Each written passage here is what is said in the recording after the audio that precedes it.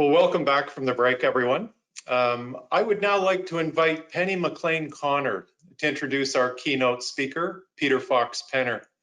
Penny is an accomplished utility executive. She's a multi-published author and serves as Eversource's Senior Vice President and Chief Customer Officer. She also serves the industry in many distinguished roles and is chair of CS Week. Penny, I'll now ask you and Peter to have your cameras and mics on, and we'll turn proceedings over to you. All right.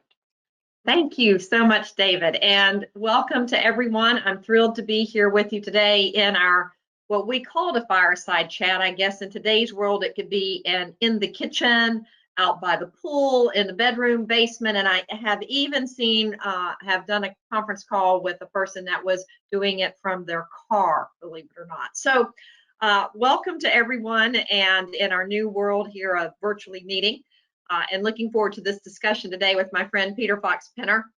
Let me take a moment to introduce Peter. He has an amazing background. He is the director of the Institute of Sustainable Energy at Boston University, and he is also a professor at Boston University at the Questrom School of Business. His research and writing focus on the electric power strategy, regulation, governance. He also looks at energy and climate policy and the relationships between public and private economic activity. He is a very accomplished author, including his first book of Smart Power, which was published in 2010. The book we'll be talking about today, Melting the Ice, which ICE stands for Internal Combustion Engine. This is my copy. As you can see, well worn. I have many notes in it. And his most current one is Power After Carbon, and it was just released this May. Peter's career in leadership includes academia and government and private sector. We'll have to ask him if he met what famous people he's met in the White House, since he served as senior advisor in the White House Office of Science, Technology, and Policy. So it is my pleasure to spend some time today with Peter exploring his insights and perspectives on the transition from the internal combustion engine to electric vehicles. So with that, let's open right up, Peter, with my first question. You open your book by quoting Michael Bloomberg. And Michael says cities are usually the key, or actually the key to saving the planet. Tell us how this applies to increasing EV adoption.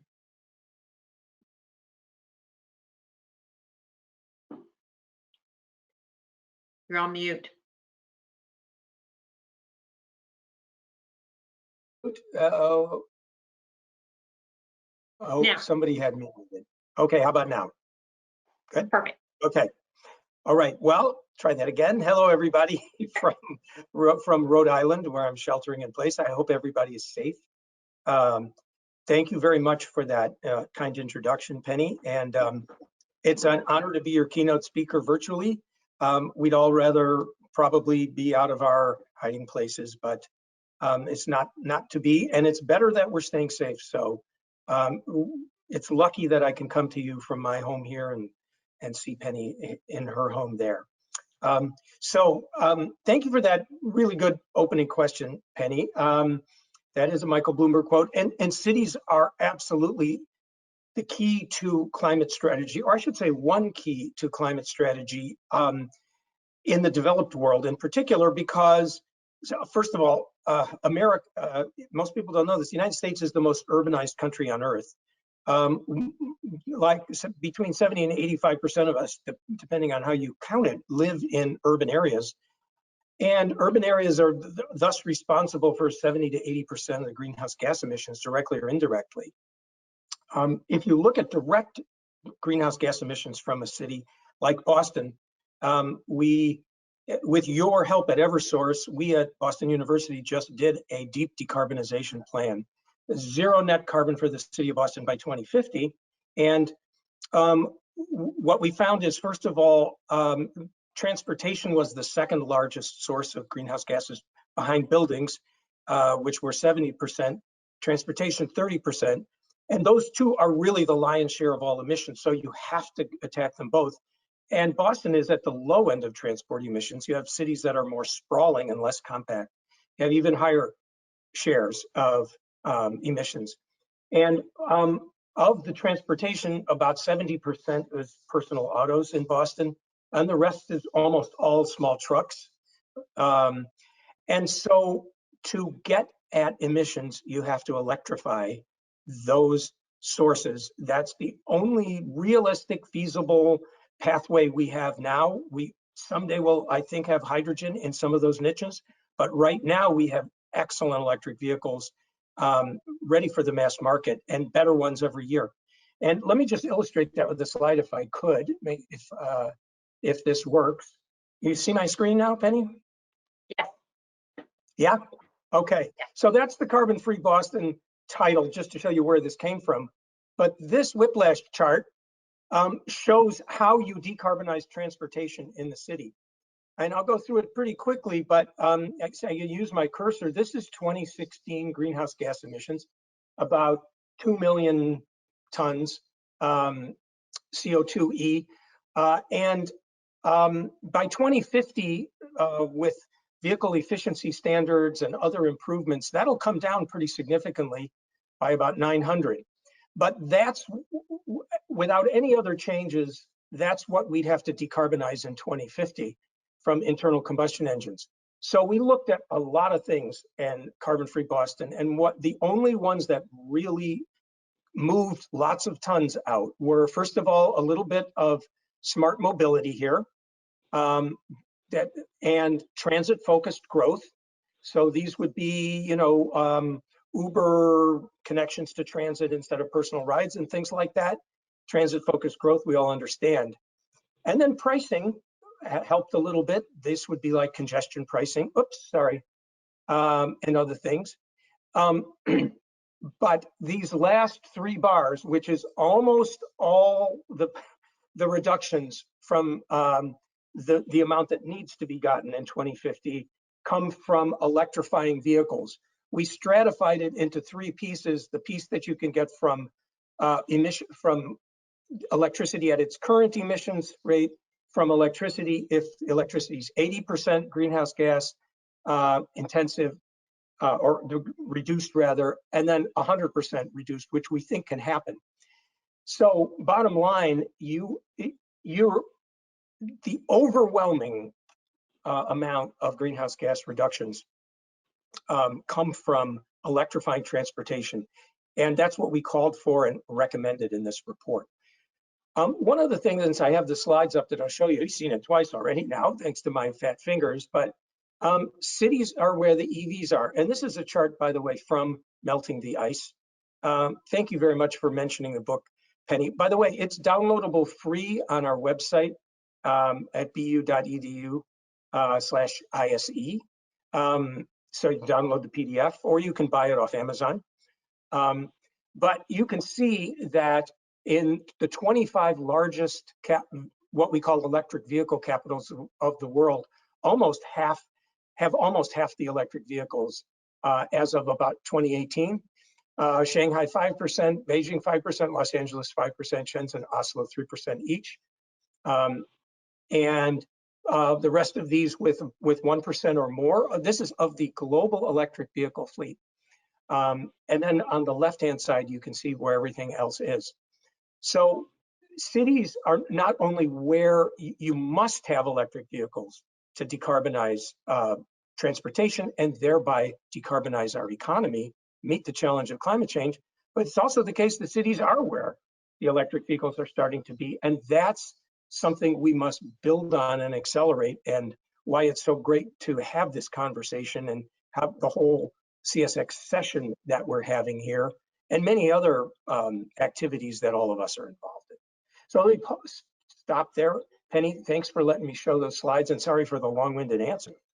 No, it was great. It's fascinating, those large cities, and particularly how much penetration some of them have achieved. So I want to move on with this linkage of how these cities got this penetration, and there's a clear linkage between EV infrastructure and adoption. So we have a lot of utilities on the line. These utility folks are attending today. What recommendations do you have for utilities as they play the role in accelerating the infrastructure? Right. Well, utilities are absolutely critical in deploying EV infrastructure. That's probably not news to anybody on this call or involved in your activities with you. But it's something we firmly believe at Energy Impact Partners, as well as amongst many experts in the field. The question is, how do you do it? Well, first of all, there's the debate about utilities' role in infrastructure, and I, I am firmly in the camp that so-called make ready is a no-brainer. And that means, building right up to the charger itself, and the utilities responsible for that, perhaps not owning or operating the charger itself. I think there is a case to be made for doing that in some instances. I'll get to in a minute. But make ready is, I think, a no-brainer and very important. I've heard many electric vehicle charging companies strongly advocate for that, not viewing utilities as competitors, but as this is an essential partnership and doing something that otherwise they'd have to pay for, and makes the economics of chargers even more difficult. So that means making the case to regulators, and that's really, all of you have strong ties to your regulators, to the stakeholders in your communities. Penny, you've gone through this, I know, in Massachusetts more than once. You're about to go through it again. There's no silver bullet for it, but you've got to make the case. And I will say, working with many utilities around the country, I think some of you are too shy about it. You're too worried about the electric utility charging communities saying that you're getting involved in things that aren't part of the so-called natural monopoly role. And I think you should not shy away from that. I think that's too narrow, much too narrow a view of what utilities are contributing in the age of coronavirus and climate change. And so you've got to make a forthright case for yourself. Where the private market isn't ready to step in and provide chargers, I think utilities have to do it. Let's remember, utilities electrified America before it paid for itself. And that was through a universal service mandate. Originally, you guys would skip a house if you didn't think it paid to serve that house. And that's sort of what's happening with charging stations now, which is understandable. They have to make money. But to provide equitable access to chargers in low-income communities, to provide them in multifamily dwellings and other places, it may be necessary for utilities to own them. And again, you have to make that case. And where utilities have made it, sometimes it's happened. One idea that I've mentioned to you, I think, Penny, and Roger, your chief of strategy, and some other folks, is if there ought to be a way for utilities to create, in places where the market's not ready to provide charging infrastructure, for utilities to create separate business units or corporations that do that with separate balance sheets. And when the market is ready to take them over, transfer them to the market, essentially auction them off to the market and give the money back to the ratepayers. And anyway, it's an idea that I've floated around to address this chicken and egg problem that we have. I think two more things I'll mention really quickly. And again, I'm sorry to drone on with these long answers. One of them is, I think, assistance for home charging is important. Many of you utilities have assistance programs. Unfortunately, I didn't have one when I bought my EV. And so I spent 3 weeks trying to find an electrician who'd put in my charger for less than $3,000, which I don't know what you guys think, but that seems like an awful lot of money for somebody who'd run out and bought the charger on Amazon, and it was sitting there in a box right near my breaker box. So assistance getting that done, I think, is important. And there's lots of different assistance that folks need that's very low cost. It's just transactions. And finally, there are a number of groups that I think are really helpful in helping utilities do these things. One that I'm really proud to have helped start with Energy Impact Partners is the Alliance for Transport Electrification, ATE. It's run by Phil Jones, the former president of NARUC. Fantastic group. It has many of you as members, and thank you guys who are members. It's doing really good work helping utilities and regulators and other stakeholders understand why it's important for utilities to stay involved in this. And there's other really good groups out there, including CSX. So staying involved in them, I think, is critical. Thank you. Excellent. Well, Peter, I concur. I think utilities are market makers, and we have a real opportunity here to create a market. And as James Cater said in the previous presentation, this is a whole new marketplace for us. I don't think we expected to be in the transportation marketplace, but here we are. And I think your guidance that we should be more assertive in promoting our role and the need for our role. We have played a vital role in electrifying this nation. We did so. It created the industrial age that has powered this economic engine, and now we have the opportunity to take that same capability and accelerate our move to electrification. So I think your comments were right on point. I want to. Can we talk a little bit more about that? Yeah. Penny, is that just to have a little bit of dialogue here? So something I think I should have said that I know you understand this, and many of you in the audience will understand this. When I talk about help regulators understand, it's understandable, and it's their job to watch your rates and watch your rate base. And what I hear over and over again is utilities are just trying to do this to build up their rate base. But really, part of making the case is saying that that's not what it's about. If the market was doing this, it's clear you wouldn't have to. But more than that, the smart grid is going to be much more interconnected than ever. And so that electric vehicles are a big and somewhat controllable load. So integrating them is critical. It's not just a question of plunking a capital asset out there. It's a very unique asset that's a very high, unique, spiky, and important load. And so integrating it into the system is different than just building more poles and transformers for the sake of it. Well, you're so right. In fact, you noted in Melting the Ice that an electric charging station at home is like 2 to 3 households, the equivalent load. So it's a huge demand, and typically will occur at night. So it's a nice load balancer. However, it's going to be increasingly important that we control that load because it is so intense, and they tend to cluster. Everybody's keeping up with the Joneses, I suppose. So you end up with multiple situations. What we find is hotspots where these vehicles or neighborhoods where you have more propensity for these vehicles.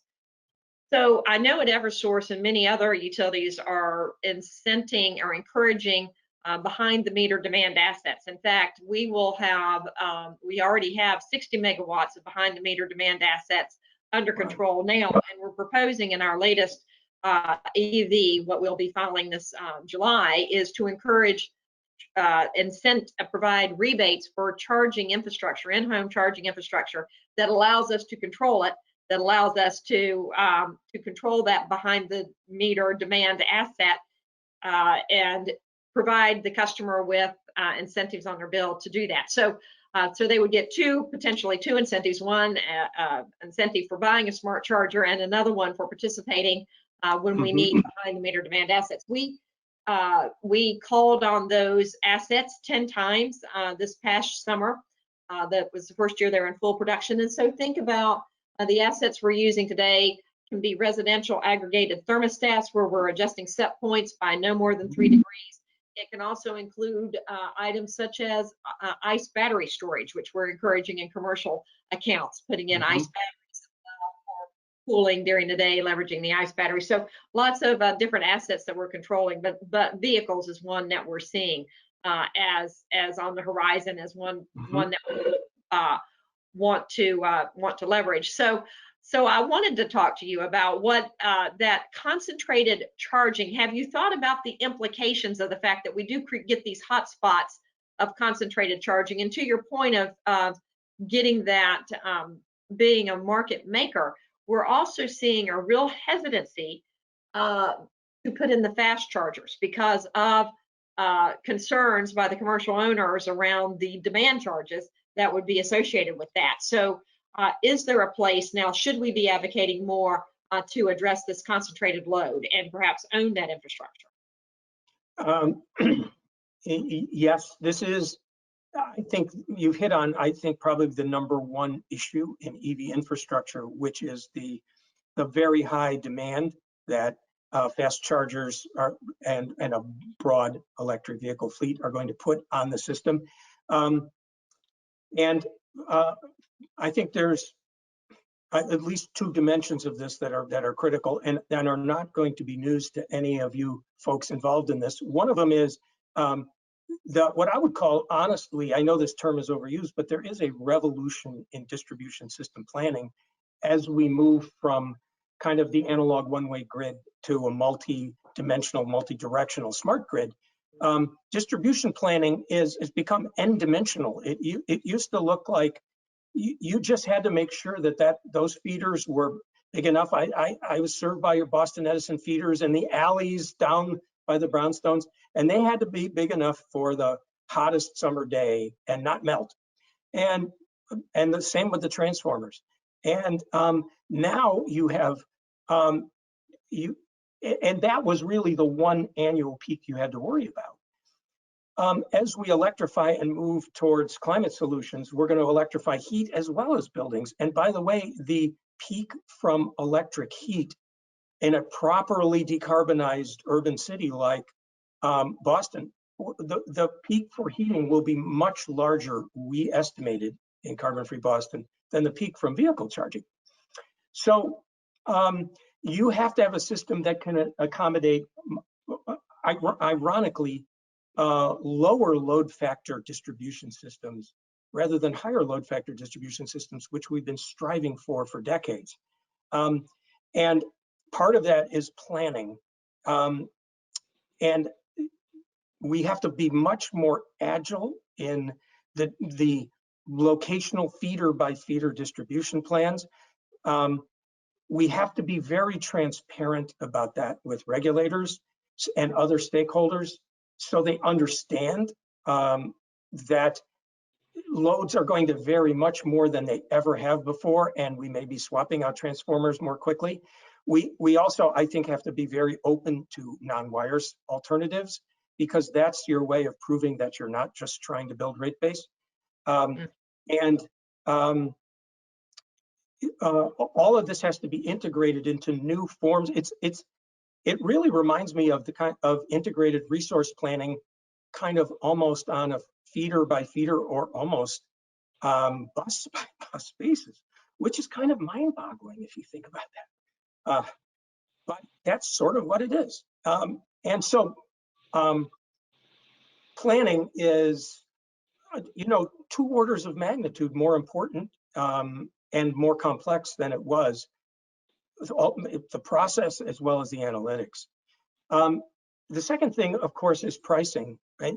Your hats off to you for having worked with the regulators and to the regulators for allowing you to control not only thermostats, where those smart thermostats are so good now, and you can get a kilowatt of load as much as a kilowatt off each one. So that's great. We need more of that. And, it's still the case that only 3% of ratepayers in the United States pay time varying rates. Penny, it's moved so slowly. So we need much, much more of that. All sorts of different pricing dimensions. And through the transparency of planning, I think we'll have to mediate who pays for what in the pricing, because demand charges are simply a way of recouping the capital costs of putting in hardware like that. It's one way of doing it. It may be the best way, but we're going to have to experiment with many different ways. And it's going to be a battle any way you cut it, but without transparency into the distribution planning process, people won't accept the price changes associated with putting chargers in. I'm tickled you brought up, because this is a group that is focused in on the customer experience, and I want to probe a little bit on the time varying rates. This is something that we probably don't agree on. I am not a huge fan of time varying rates. I am a fan of incenting usage by time, and there's a difference. So time varying rates require us to design rates. Those of us in the regulatory space know that when we design a rate, we have to make sure that it's equitable across, that that it balances out, that we don't overcompensate, we don't collect too much revenues. Everything there is a no loser test.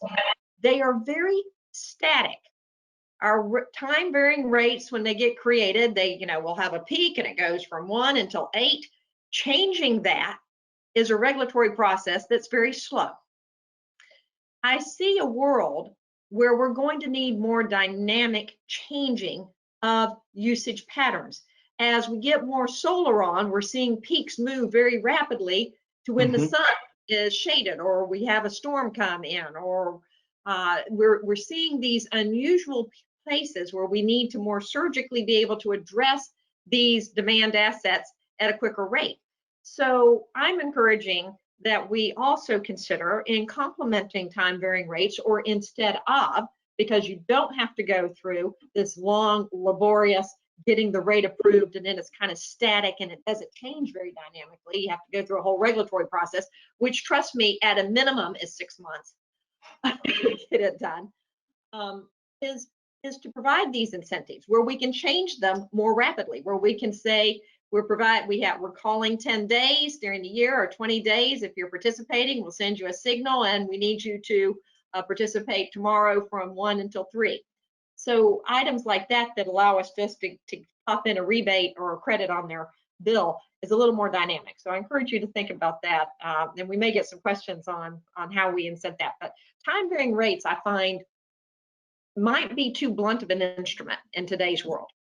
Can I just respond to that for a minute? Yeah. First of all, I agree with you. And in my academic practice at the Brattle Group, where I'm an academic advisor, and we do a lot of work on this, we use time varying rates to be the general category that is what it says it is, any rate that varies over time. It could be anything from a price that comes from a market, a properly regulated, properly spec'd out market, to a rather static rate pattern, which we call a time of use rate.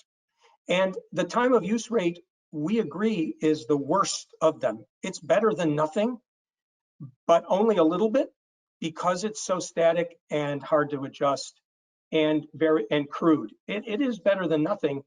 And it is still the mainstay.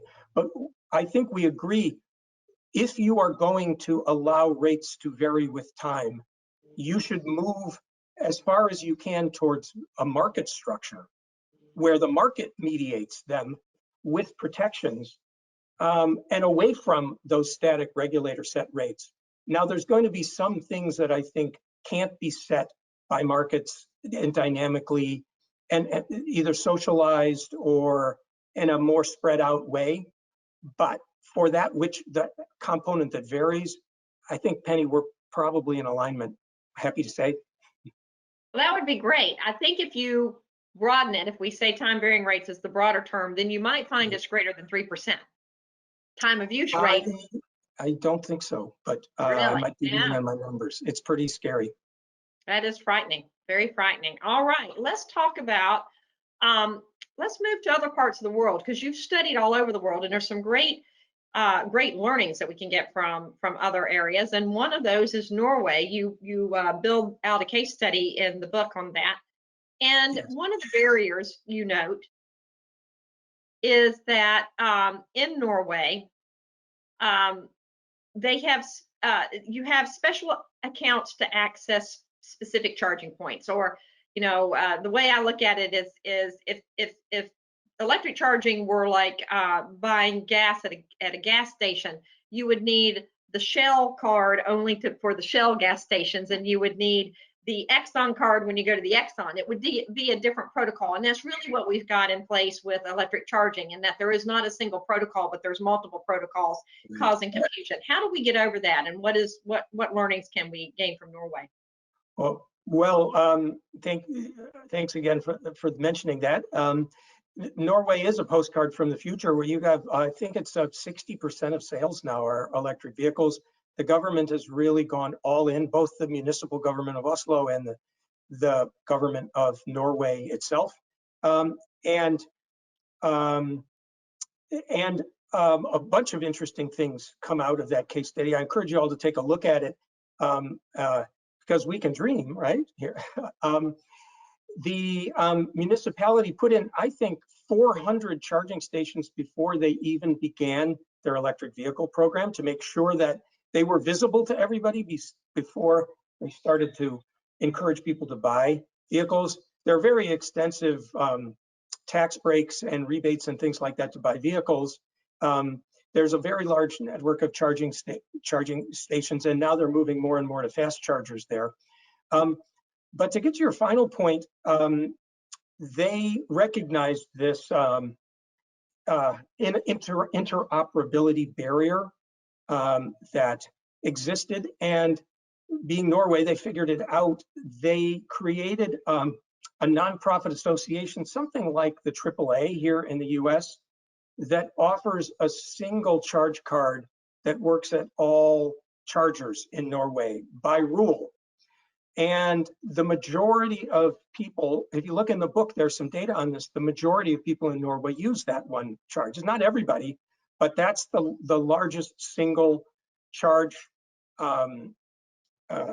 vehicle, if I could use that term, used in Norway, as opposed to the individual charging stations. I mentioned the Alliance for Transport Electrification. One of its top priorities is to create interoperability between different commercial charging systems in the US so that we can pull up to any charger. And Tesla is going to be an issue for a long time, but with my Volkswagen, I'd like to be able to pull up to any charger and stick it in. And mostly physically, I can do that. Charging and locating them is another story. Something really important. That's interesting. I think when we think about the customer experience, and this is about the EV customer experience, that interoperability is going to be vital. How can utilities help make that happen? How can we assist in these efforts? Insist on it. Phil Jones, the head of the Alliance for Transport Electrification, told me this story where a utility wanted interoperability. It issued an RFP calling for interoperability so that its vendors would give it, but that it never really enforced that.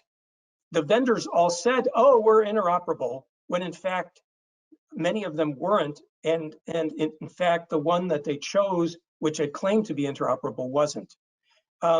So I think both in individual procurements and also collectively at the standard setting and rulemaking agencies like the Department of Energy and state natural resource agencies, and before regulators, and even in Congress, I think this has to become a hue and cry from the industry, and I think other stakeholders, including EV owners like me, who really frustrated by it.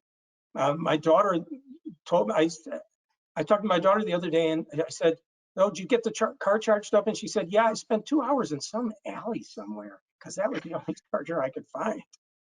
Hey, yikes. Not what you want to hear your daughter saying. Well, no, I think she was safe, but Oh, my that was weird. My goodness, yeah.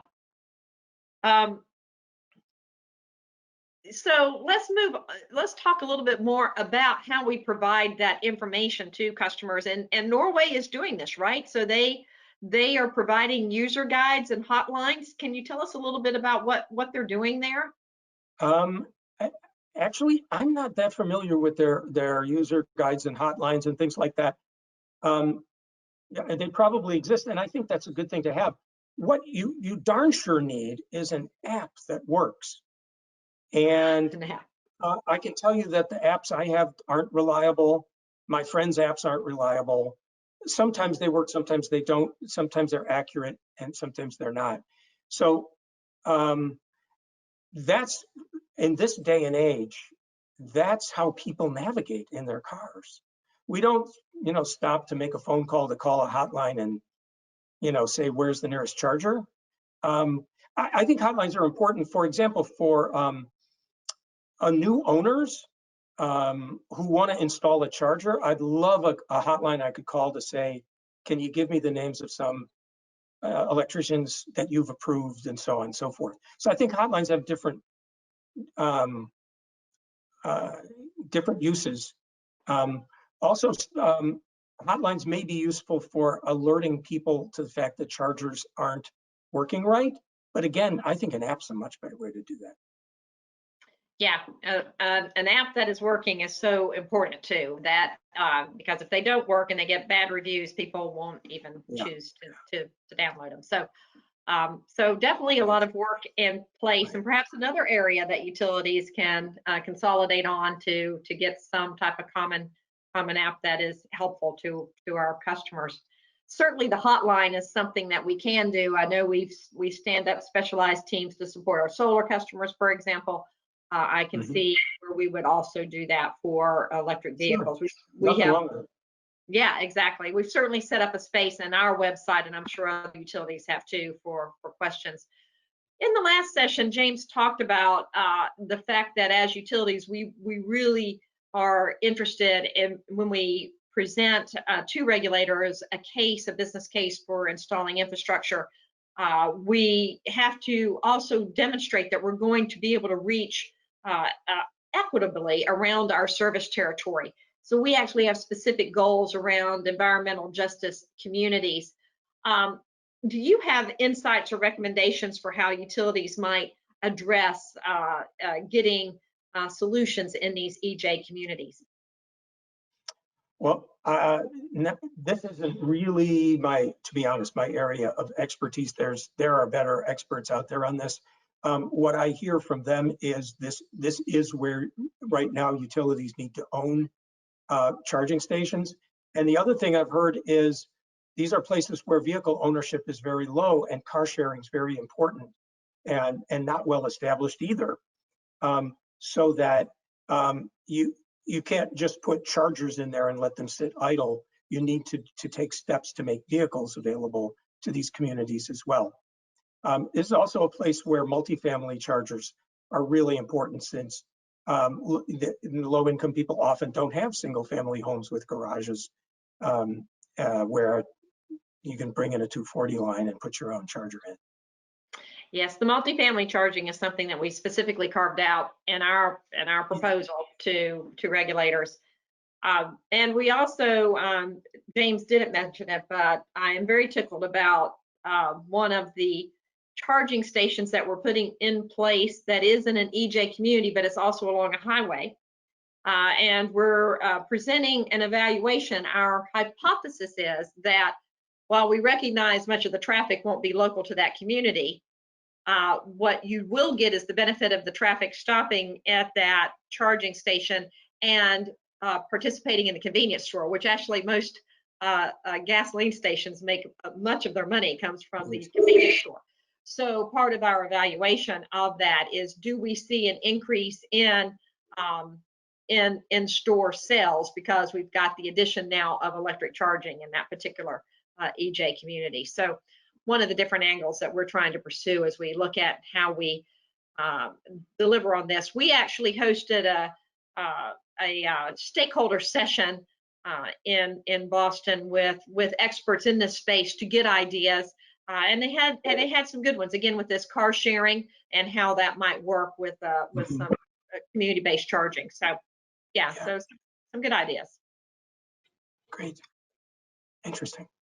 Yes, coming along. So we opened this conversation about the pivotal roles of cities, and you one of the charts you have in Melting the Ice shows the population migration from rural areas to urban areas. So now we've got COVID-19. I read in the newspaper, in the Boston Globe, that we have folks perhaps rethinking that move to the cities. In fact, there was an article in the Globe that noted that real estate sales in the cities are down, but suburbs are up. So what are your thoughts in the advent of COVID-19? What are your thoughts on this migration, which you show in that one chart goes from the 1950s? It's been a kind of steady increase over time to the cities. Right. Well, first of all, the cities and the suburbs together are considered urban areas by demographers and the Bureau of the Census and folks like that.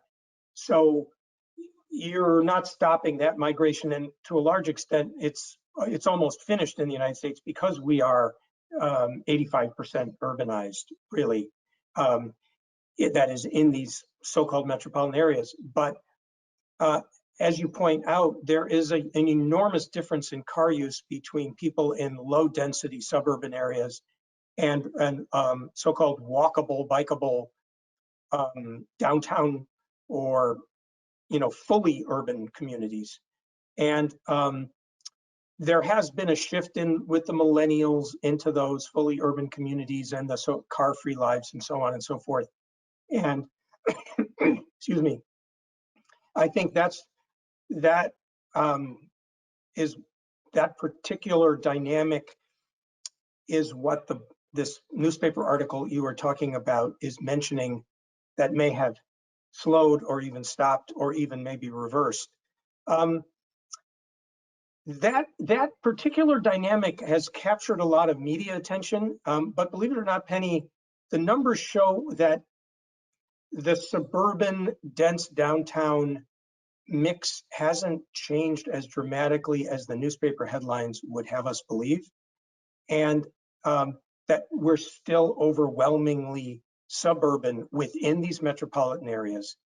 And so that when I started to learn that, researching Carbon Free Boston and some other work, I realized that we hadn't tilted so far towards what we think of as downtown urbanization as we thought.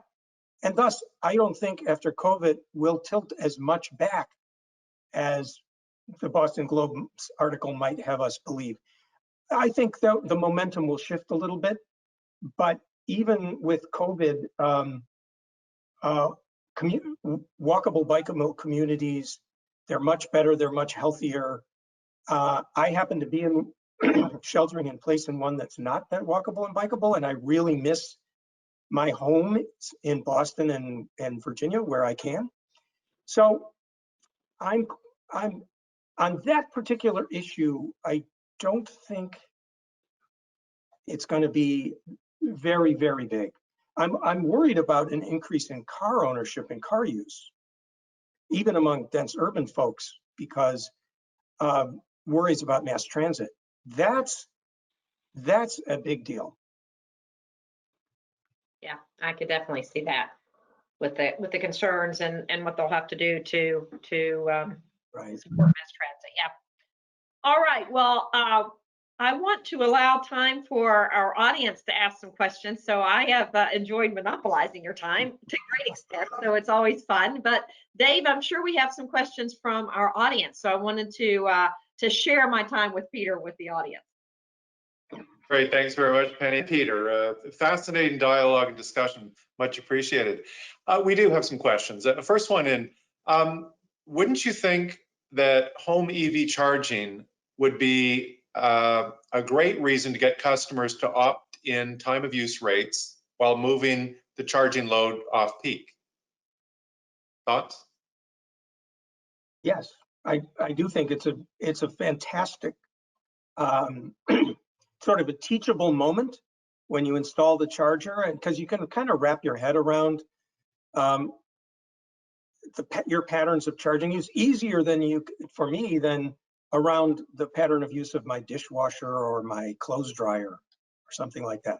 So, and I think utilities have been relatively successful compared to other time of use rates with EV time of use rates. So good question, questioner, and a good thought that we should try and move forward with. Great, thank you. Penny, any thoughts from your perspective? I still have the concern on time of use rates and that they are latent, and that if they do require changing, if we do see where we do need to adjust those for other reasons, that it's a slow process. So I'm more inclined to encourage this signaling and having the control where consumers allow us to control that charger and adjust it, and they get the benefit of that. Thank you. Another question that's come in. The advent of EVs may enable electric utilities to grow again. Current year-over-year electricity consumption growth, kilowatt hours, averages less than 1% in North America, down from about 2.5% as recently in the 1990s. Incredibly, yearly growth was about 8 to 10% in the 1950s and 60s. Don't you think that AVs and space heating will just be a return to the normal of past decades? Oh, I love that question. There's at least 3 chapters about exactly those questions in Power After Carbon at the beginning of the book. And so it's a pretty deep dive into that topic. Yes, I think climate policy will require electrification, which will in turn require an increase in electric load. Don't forget energy efficiency, which is a lot of what has flattened electricity use. Our GDP grew 30% with 0 increase in electricity use. That's the power of energy efficiency, and we have by no means exhausted it. But even with strong energy efficiency policies, or let's say as strong as I think our country will be willing to adopt politically, we will return, I believe, to an era of electricity growth. I think you can read in the book, I think it'll be about, I don't think it'll ever go back to the 1950s. It was doubling every 10 years, 7% a year with exponential growth. But I think easily 2% a year when we hit our stride. And frankly, we need to shoot for that to meet our climate goals. So significant era of significant load growth leading to 40 to 70% larger utilities in 2050, or larger system anyway. Great, thank you. Penny, any thoughts from you? Yeah, I think that we will see the shift. Energy efficiency plays a critical role. ACEEE just released their report that indicates that you can achieve half of the carbon goals, the 80% reduction by 2050, simply with energy efficiency. So it will continue to play a new role. We still have more to mine with enhanced technologies and enhanced processes as we really look to figure out how we increase the efficiency of buildings. So I think there's more to be had out there, but it is an exciting development to see what's happening in electric vehicles and with electrification of heating across our country. Great, thank you. And just a reminder to our audience, if you've got a question you'd like to ask either Peter or Penny, please just tap it into your webinar screen. We do have another question here. Peter, Penny mentioned that of your 2 books, Power After Carbon and Melting the Ice, how do the messages in these 2 books relate to each other and relate to our work in the customer experience area? Two different questions. Let's see.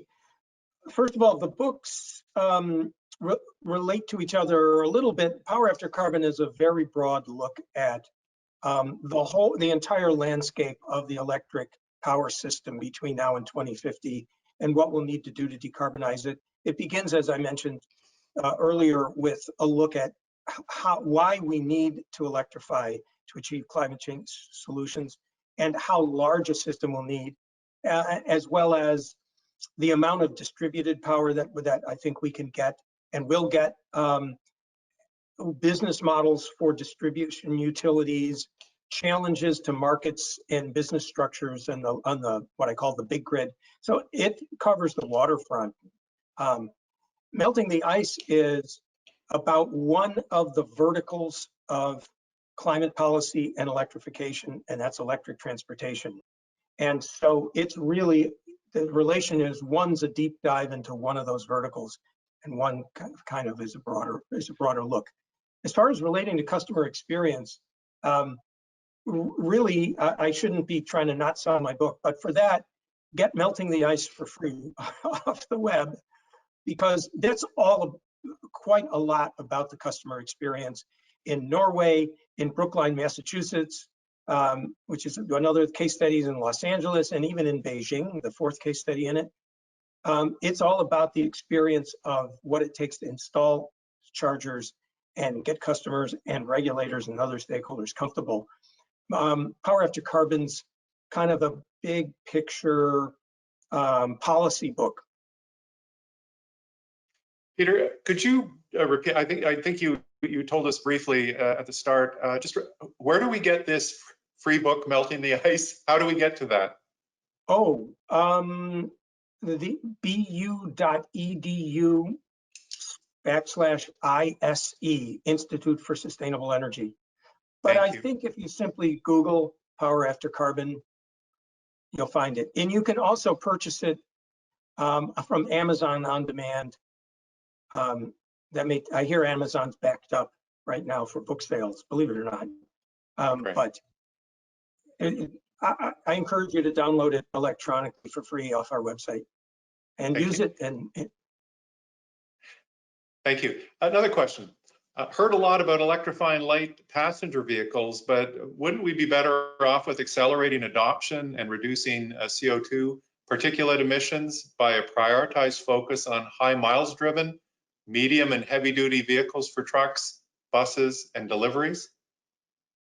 Well, no, I'm in favor of continuing to work on delivery vehicles in parallel, but in most of the world, and certainly in the United States, the big kahuna is the passenger automobile. I think more than 85% of all vehicle miles traveled in the United States are in passenger vehicles.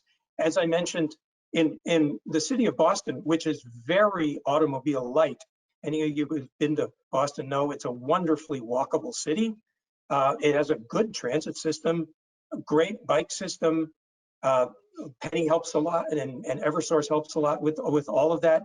68% of the greenhouse gases from transportation are coming out of those personal vehicles. So I think also personal vehicles last a long time. People keep them at an average of 16 years. So turning over that stock is very, very important. So Dave, I think electrifying trucks, medium and large, is important and should be done. Transit buses are really a no-brainer. That is something that should be in the next stimulus package, because electric transit buses, lower maintenance, no particulate matter coming into communities, many of which are environmental justice communities, and they pay for themselves over time. So that's a really, really important move, but in parallel, and we can't take our eyes off the prize, Dave, and that's the passenger vehicle. Got it, thanks. It was also good to hear some of the discussion yesterday, and in fact, even earlier today, on the electrification of mass transit buses and whatnot. Yeah. So everybody's going that same way. Peter, what might you consider to be some of the top challenges for utilities when it comes to EV implementation? Oh, I think we've talked about them. Regulatory approval, siting. There's lots and lots of discussion about siting challenges in Melting the Ice. We were surprised as researchers about how much time and money utilities had to put into siting challenges, and not just the utilities, but also the cities and city staffs. Talked to many city staff places, and they said we're just overwhelmed with dealing with permitting and all the siting issues, these chargers. The pricing, Penny and I've talked about pricing and setting rates, and locational planning. You know, charging patterns now have been, for the few years that we've had vehicles, haven't even been stable over this period. We're now seeing more and more demand for fast chargers. And I know as an EV owner, I would love for my daughter to not have to sit in an alley for 2 hours just to get 40, 50 miles more charge that she needs.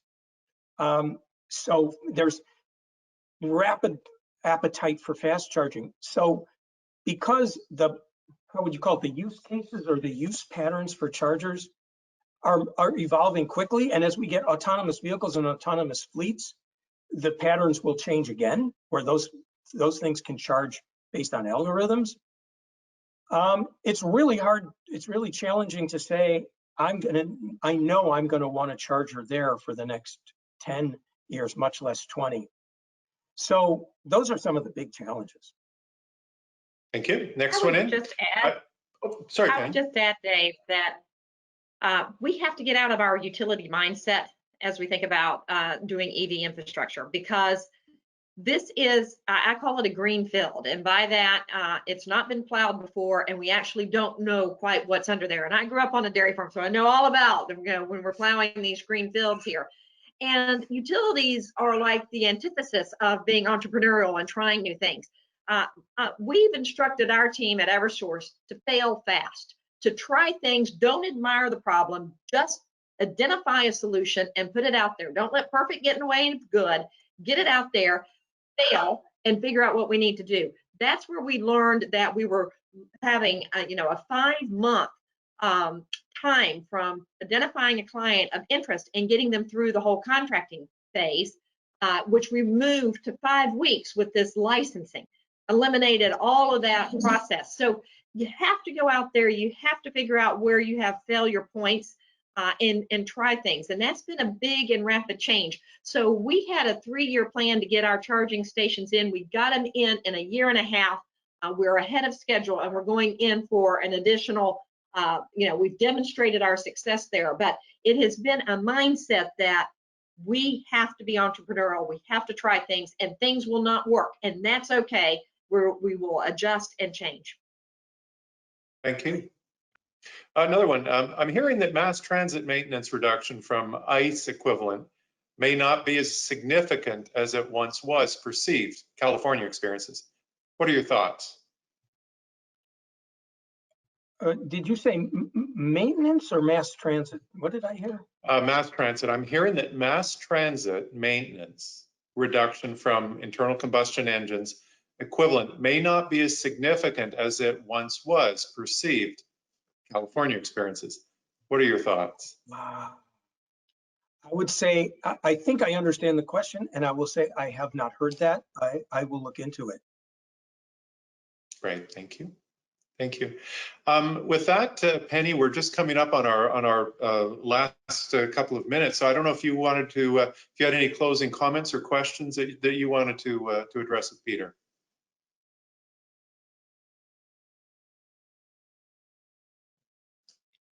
Mute. 2 teenage sons, and there's no telling what will be in the background. So, but I just want to thank Peter for joining us today. I so wish we could be in Fort Worth. I so wish I could see all the panelists and members that are out there, because this is a group that I know very, very well, and it's the after presentation conversation that is so rich that we are missing with this virtual. But I'm so glad we're able to share the insights. And Peter, it is just such a pleasure to connect with you. So I will turn it over to you for the last word. Oh, well, that's very kind of you, Penny and Dave. I want to thank you guys at CSX for the honor of having me as your keynoter. I want to thank all of you for out in the audience for putting up with yet another encounter with Zoom or whatever platform you're using. There's so much of this screen time. I'm really honored by you sharing some of it with me, and I hope it's been useful. Feel free to reach out either at Energy Impact Partners or Boston University. Penny and Dave know where to find me. I really wish I was meeting all of you. I couldn't agree more with Penny about the after conversations. You know, if anything, this shelter in place has made us realize is how important our communities are, not just our local communities, but our global communities. And I really am looking forward to getting out and meeting you in some future event, maybe next year, CSX, when we'll be together. Thanks very much. Stay safe. All right. Thank you very much, Peter. Thank you, Penny. We'll allow you to step off screen at this point in time. We're at our next break period, and we'll be reconvening at 3:30 sharp. And again, you don't want to miss this, because this is going to take a whole different spin in terms of what we've been talking about. We'll be featuring Dan O'Shea from ABB. So we'll look forward. We'll have our break, and we'll look forward to seeing you at 3:30 Eastern sharp. Bye for now.